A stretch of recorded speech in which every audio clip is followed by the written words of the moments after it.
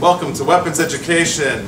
Police Officer Dave, how are you? What's up, Tom? How you been? Everyone, they always enjoy these interviews we have together. And I enjoy doing them. And here we are with another interview. Last night I did a quick video asking for your comments as to what questions should I ask Police Officer Dave. 20 years on the job, and he's been through a lot. We just discussed some of the questions, and he gave me some of the answers. You're going to like this. It's pretty cool. First of all, just show us what's on the table. You brought a couple of knickknacks here. Yeah, I bought a couple of my old Western guns. When I first moved to Florida, you can just about shoot in any field. There was just empty lots everywhere. So when I first moved here, I bought this Ruger Single 6, which is a 22 long rifle, single action Western pistol. Okay. Bought that in 1980, I think it was, when I first came here. What's so great about guns? They last forever.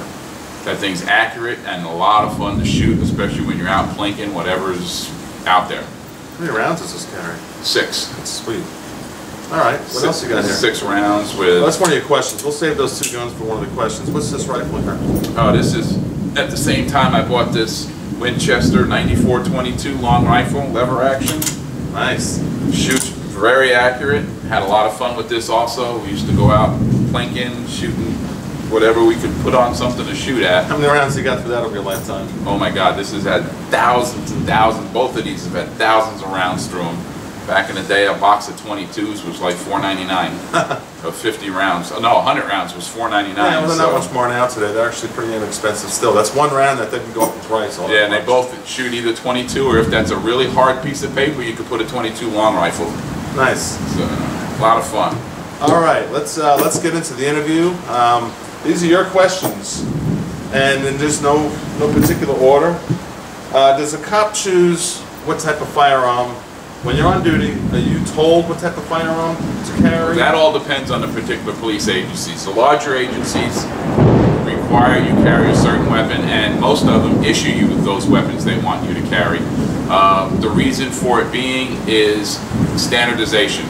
If for some reason you're in some type of gunfight, you're out of ammo, you know your guy next to you has the same ammunition that you have.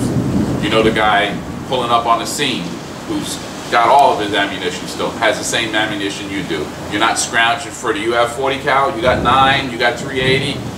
That gets to a situation where you're just not going to have enough rounds. And that all came about after the big shooting down in Miami. A lot of the agencies, and also the one in Los Angeles where them guys with the fully automatic weapons robbed the banks and started shooting the place up. Bank of America, boy, that was something else, yeah. Well, ever since then, they realized officers didn't have enough ammunition to return fire because they had all different. And that's when a lot of the larger areas, the agencies started mandating what kind of gun you carried, and most of them issued you that gun. It's kind of standardized now. Yeah, almost every agency is either 40 caliber or 9mm. All right, what was the longest chase you've had? That's one of the questions. Chase. Yeah, I was backing up as an officer, and we were on a traffic stop, and we had this woman who kept coming up to us and asking us questions, and we were like, "Ma'am, let us just finish with this traffic stop, and we'll be right with you. Just wait over there." She had a little child with her. We told her to sit right there. We'll be right with her. We went back to try to get this traffic. She walked up to you? Yeah, she walked up to us in the middle of a traffic stop, which child. is not a very good thing to do, no matter what. Sit back, wait till the officers are done on their traffic stop. We got a big thunderstorm going on. Yeah, it's going to be a little noisy. It's kind of cool though. So, okay. Because as you may or may not know, most police officers are killed in traffic stops and domestics, and then traffic-related incidents also. But so she came back up to us again a couple minutes later, and we told the police, "Just have a seat. We'll be right with you."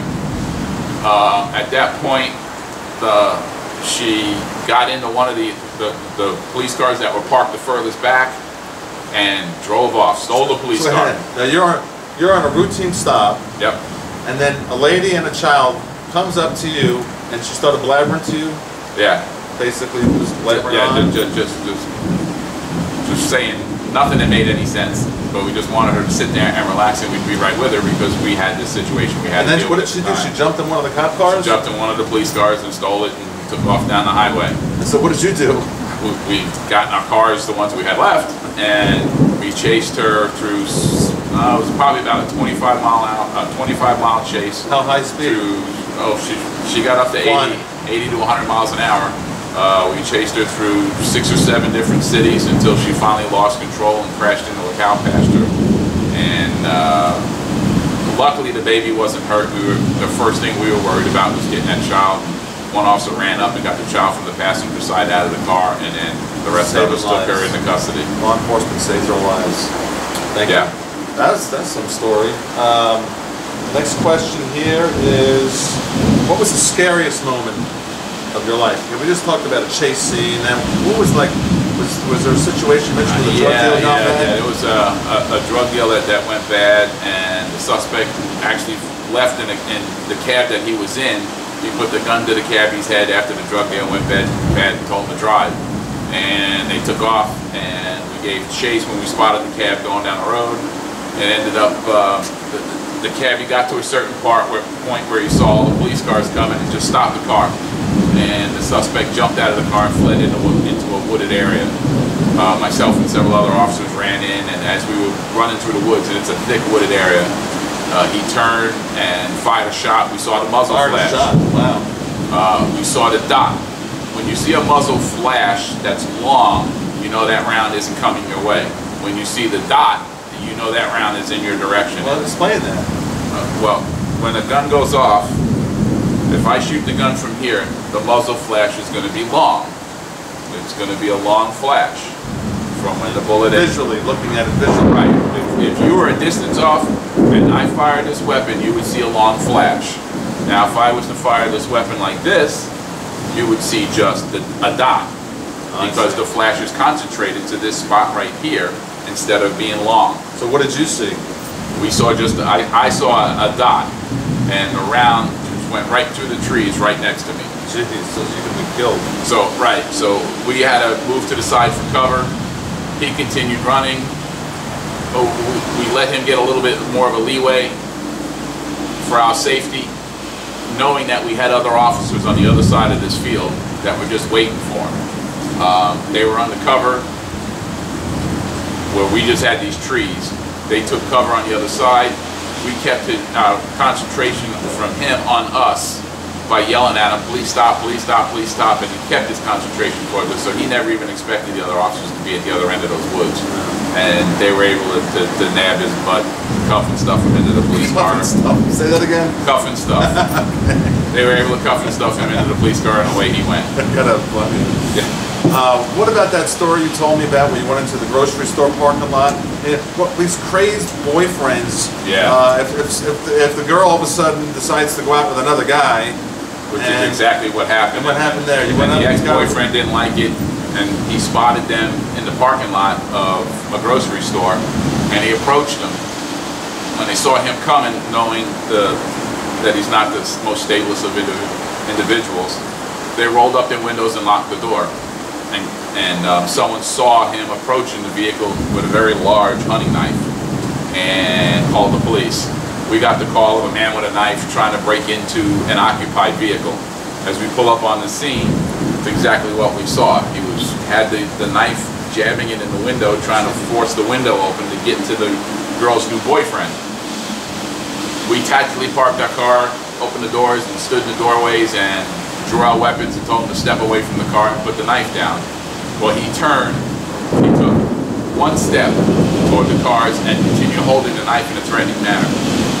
He was closest to my partner. If he'd have taken, which was a new guy, so I don't know if he would have been so apt to take the shot. The gentleman you were training him. Right, yeah, I was his FTO. I don't know if he would have been as apt, field training officer. Okay. I don't know if he was as apt to take the shot as a veteran would be, but I knew from experience that you only let somebody with a knife get so close. People say, oh, well, he only had a knife, what can he do? You shoot somebody, not always do they drop dead immediately. It doesn't work like it does in television. Especially if they're on drugs, right? Drugs, alcohol, whatever. Especially not like on TV where they get hit and they get blown 3 feet back. It just doesn't happen that way. There's been incidents where people have been shot 5, 6 times and still lunge 6 feet forward and stab the person. Like the 1986 Miami shootout, which was a video I did called "The Birth of the 40 Caliber." The police were using 38 plus Ps shot these guys, the bad guys, 8, 10, 12 times, but they had body armor. They didn't have body armor on. They just got shot, and it's you can Google Miami shootout. Some guy has a video, a portion of the movie that was made. These guys were shot like 8, 10, 12 times, and they killed a bunch of FBI agents. They had AK-47s, I believe it was. The bottom line is, because of that shooting, the FBI decided we need to get a more powerful round.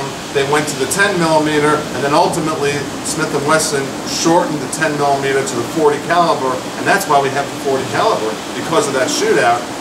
But anyway, yeah. Right. So now the guys with the knife, and the guys with the knife, and from my experience, I wasn't going to let him take that step closer to my partner, even though he was behind cover of the door.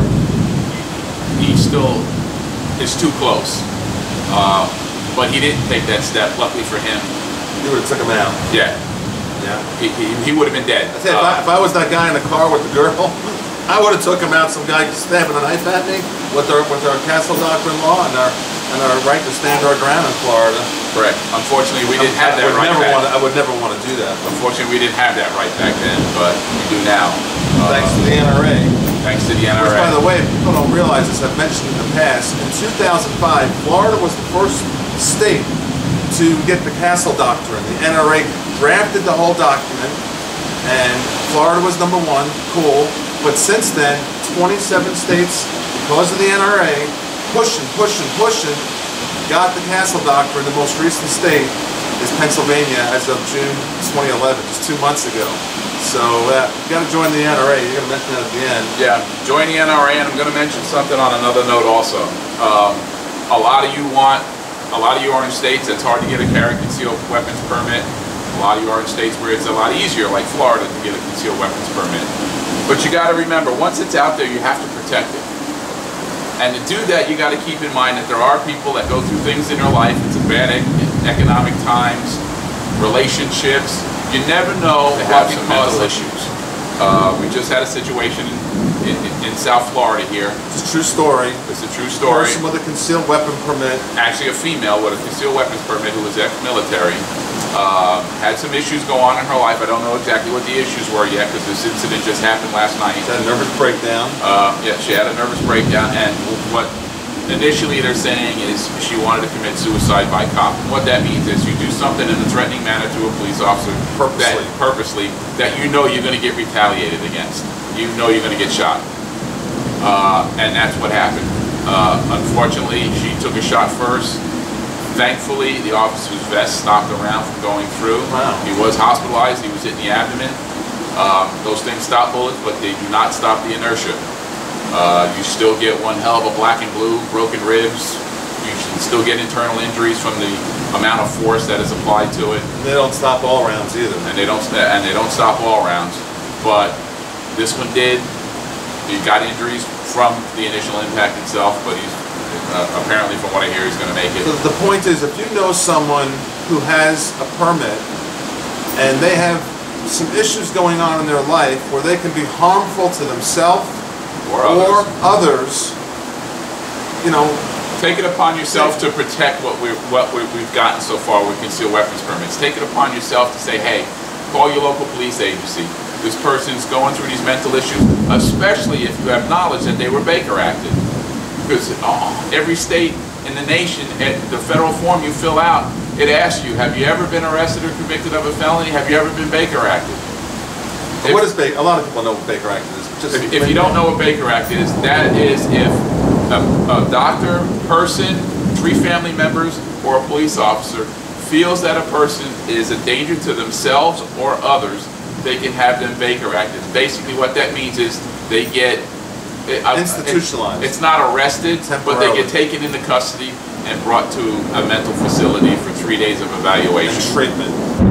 So if they have a permit and you know somebody that's been Baker Acted, maybe it's your obligation to kind of get the firearms away from them until they're taken care of. If you're a family member, take them away. If you're not a family member, or you're afraid to confront them about it, call your local police agency. Let them know that that person's been Baker Acted, he or she has been Baker Acted, so they can take the guns away. If you're a family member and you can get them, you can turn them into your local agency, and they'll keep them for, and they'll hold on to them for safekeeping. Safekeeping. This is all about kindness to another human being who's having issues. Right, because every time a person with a concealed weapons permit shoots a police officer or shoots somebody else, it looks bad on all of us. We want to be able to carry our weapons, but when that happens, the politicians look at it and say, here was a concealed weapons permit and they shot a police officer. That's all they look at. Yeah, that's all they need. You're just giving them the power they need to take that away. Step in and stop that from happening if possible. If you do that, you save one life just by doing that simple little thing. That's probably the best thing you're going to do in your life, is to save either your loved one or someone else you may know or may not even know. So contact your local agency, get that gun taken away, get that permit revoked. Or whatever the situation is, just let a doctor handle the situation. A doctor, a police officer, yeah. or three family members. Does this really happen yesterday? A cop got shot by someone who down in South Florida. Unfortunately, coincidentally, it's the second time in one day I heard the word Baker Act. A very close friend of mine was Baker Acted 5 days ago, and he actually tried to commit suicide, but he still weapons holder. He tried taking his life. Right, because you never know how the person is going to try to take their life. Some people don't have the cojones to actually do it themselves to themselves. So that's why they do what's called suicide by cop. They know the police officer, once you threaten him, you point a gun at him, whether it's loaded or not. You don't know if it's loaded or not. It could be a BB gun too. You point a gun at them, they're going to retaliate, they're going to shoot you. They have to protect themselves as well as anybody else in the area. So that seems to be what they said the situation Another was. question, excuse me, buddy. Off duty, like right now, what's your everyday carry, and how many guns do you recommend us concealed weapons permit holders or law-abiding citizens? We want to protect ourselves, our loved ones. I carry 2 guns. I carry a high-powered, usually a 45 or 10 millimeter, and myself, I also carry a smaller, maybe a 357 J frame in my pocket, or a 40 or a 9 millimeter, or I carry 2 guns, a bigger one and a smaller one for backup. What do you do? And I'm just throwing this at you. Right. It depends on the time of year. We live in South Florida. It's hot. I like to wear shorts, and I wear a lot of t-shirts or shirts that go over my waist. If I'm dressed like that, there's nowhere else to put a second gun. I have one on my waist, and that's pretty much about it. In the wintertime, I may have one on my ankle because I have long pants on. I might have an over shirt with a shoulder holster, yeah. Brain fart. With a shoulder holster, and I usually have some kind of knife. What kind of blade do you got? Coincidentally, they're carrying the same similar blades. This is a Benchmade SRT knife. Again, I carried this for many years while I was working, because you never know when a knife is going to come into play. There are knives on the market that are designed to have very serrated edges. I keep one in every car in case you get in an accident. Or you come across an accident, you can't get the seatbelt release for some reason, whatever it might be, you can't get to it. You never know what it is. You always need a knife on you. There's so many reasons to carry a knife. These things will cut through a seatbelt in the blink of an eye, so you can get that person out of the car. We got a lot of canals here in South Florida. You don't want somebody drowning because you couldn't get that seatbelt off. Okay. So I carry one of these for everything. Another question is, we've asked you this before, but you can elaborate more, because there's a lot of viewers and our friends who want to get into law enforcement. Youngsters, you're 16, 17, 18, 20, 22 years old. You're wondering what path your life should take. Should you get into law enforcement? And what is your advice on how they should go about becoming a cop, if that's what their desire and their passion is? Depending on your age, if you're young, stay out of trouble. Look for a Police Explorer program. Let me say something about that. Just stay out of trouble. With the way things are today, if you're over the age of 18 and you're a kid at 18, I was a kid at 18, 19 years old, and here I am at 48. Power's going in and out with the lightning. We're going to have to edit that part. No, it's all right, we're good. If I created a crime when I was a dummy 18-year-old, it would still be sticking with me at 48. It stays with you for life. Yep. For life. There's some crimes that you can commit when you're 16, 17 years old. You can end up getting tried as an adult. That's right. Don't do anything silly. Don't try to steal a bicycle or don't do anything. It stays with you for life. All right, let's get back to the question. Okay. Now, if you want to become a cop, what's your recommendation? If you're really young, look in your local area, see if they have a Police Explorer program. If they do, join it. That's a great way to get your foot in the door. That's a great way to understand what's going on. You get to ride with police officers. You get to go to special events. You get to help out during special events. It's a really good program. After that, you want to we'll let that thunder go by for a second. It's pretty cool, actually. Yeah. I like it. It's not sound effects. You want to look into going to college. Almost all major metropolitan police agencies want at least a 2-year degree. Some of them prefer a 4-year. Criminal justice. You want to take criminal justice when you do go for that 2 or 4-year degree. If the particular agency you want has a 2-year, then most of them you have to do contractually wise. You got to do 2 more years, and they pay for it. So if the agency you're looking at has a 2-year, almost definitely they'll have it where they'll pay for your further education to get the other 2 years within a certain amount of time. So and if you don't want to do that route, you can also do the military. Police agencies are paramilitary. You know, you got rank structure, just as you do in the military. It's the closest thing to the military without being the military. So you get the discipline. You get the discipline in the military. And you also have programs in the military that you can get into. You can be an MP. You can do investigations. You know, it'll lead you into the same path that you want to take when you get out and get into police work. Because right now, police work is kind of hard to get into. It's like everything else. When times are hard, the economics are hard. There's people that are police officers right now that's not what they wanted to do their whole life. They're just doing it because it's a job. It has benefits, and they're getting paid. Eventually, you really wanted to make the decision young. I did. I mean, I knew what I wanted to do when I was young, and I just followed that passion. And I was relentless to become a financial planner, and I never stopped. And if I were you and you wanted to get into law enforcement, maybe you wanted to get into FBI, maybe you wanted to be CIA, the sky's the limit. You can do what you want. You can get whatever you want and accomplish what you want. Do it early, because then you get the advantage like I did. I did 20 years and I was able to retire when I was 42 because I started when I was 22. Cool. Yeah. So I was able to retire once. I could go back and back into police work if I choose to. But you've been thinking about it. I know you miss it. Yeah. Oh yeah. There's a lot of aspects of it that I miss, but I started another business. I gotta pull the gun out. This is coming at us. It's pretty loud. While I was a police officer, I started a business, and it blossomed, it bloomed, I should say, after I retired, so I don't want to give that up. And if I did go back into full-time police work, I would have to. You did what up? My business, like that. Oh, yeah, that's right. So that's why I haven't. There's a lot of secrets. Cool stuff. Yeah. All right, another question is your everyday life on the job as a cop, what is it? Is it boring? What is it? There is no paperwork? Is it driving on the car all day? Does it get on your nerves? There is no average day in police work. That's the one advantage to police work. It's not like when you go in the office, you sit behind the computer, you do the same thing. It's not like when you go do factory work, you do the same thing. You never know what your day is going to bring.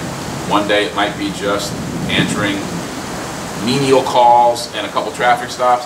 The other day it might be chasing down bank robbers. It might be fighting for your life. It might be getting in a shootout. You never know what the day is going to bring. When it's slow, you're not getting any calls, and you concentrate on patrolling your business or neighborhoods or enforcing traffic laws. In law enforcement, there is always something to do. There's always somebody doing something wrong. So there's no lack of that. So it's not boring by far. Paperwork, yeah, it comes with a lot of paperwork. And so does every job. It's just life. Right. Is it a lot easier now? That's why it's called work, by the way. It's not called play. Yeah. Is it a lot easier than it used to be? Yes. When I started in police work, you had paperwork, and there was no computers. There was no... You couldn't even use a typewriter. You had to handwrite everything. Now it's completely different. Now, 21st century, you do your report on a computer. Your computer's right in the patrol car. Yeah, your computer's right in the car. You get dispatched through the computer. You write tickets through the computer. You don't have to write out a ticket anymore. You swipe the driver's license, punch in what the state statute you're charging them with, and it spits the ticket out. You walk up, you have them sign it. Yeah. It's a lot easier now than it used to be. So you need to be computer savvy if you're looking to get into police work these days also. Which, of course, most people are now. Especially kids coming up now. All right, I think that's like answers all the questions for today's little interview. It's a pleasure. I got one other thing to show you guys. This is When the merchant, by the way, the merchant website's going to open next week 100%. It's finished. It's ready to go. 2 or 3 last little things I'm doing over this weekend. It'll open next week, like Wednesday. I'll give you the final day, Wednesday, Thursday, I'm not sure, but it's going to open next week. And Dave, I know you appreciate him coming on the channel. He just drove a half hour up here to do this. Took out a day out of his time to do this interview. So I said, Dave, is there any products you want to sell on the site? And he'll get 100% of whatever the couple extra dollars of profit are. It's a small little product, but it's cool. Explain what it is. Yeah, there's a company that's making these Glock back plates. I'm going to have Tom get up here in a bit and just zoom in on it so you can see a little bit of the detail of it. But it's a very easily replaceable back plate. I'll do it right now. And it's got some of the most detailed and gorgeous etching you can ever imagine in such fine, minute detail. I'm going to let him zoom in on a little bit first. It's really easy to replace. Hold it real stable, right there. It's really easy to replace. I'm going to do a video. So what does that say? It says police officer, right? This one says police officer. And there's a lot of different... There's hundreds of different designs. They'll even custom design something. Like I didn't even tell Tom this. I'm going to tell him now and give him a little surprise. The guy told me that he'll pro bono design a logo like his. Oh, weapons education on the back of a Glock. Yes. That's cool. I didn't even know that. To go on the back of the Glock. They also make some other things we're going to surprise you with for ARs and a few other weapons. Different parts that you can interchange. Right now is big for people putting accessories on their weapons because economic times are bad. You might not be able to afford to go out and buy a new gun, but you can afford to go out and accessorize yours. These things are going to sell for under 25 bucks. It's easy to replace. I'm going to do the video to show you how to replace it. I think it's just a cool product to personalize your weapons. You'll be able to spot your weapon from a distance. You'll know that that's yours. I like it a lot. And they make a bunch of different ones that not just police. They make sheriff's department. They make Don't Tread on Me, the American flag still, the American flag flying. Just bunches of them. I'll have a list of them. I have some other ones to show you on the next video that I do about it. But hopefully you'll like them. Like I said, they're inexpensive and easy to change. All right, Dave, thank you. Thank you. I hope everybody enjoyed it. Thumbs up, guys. Take care. Bye-bye.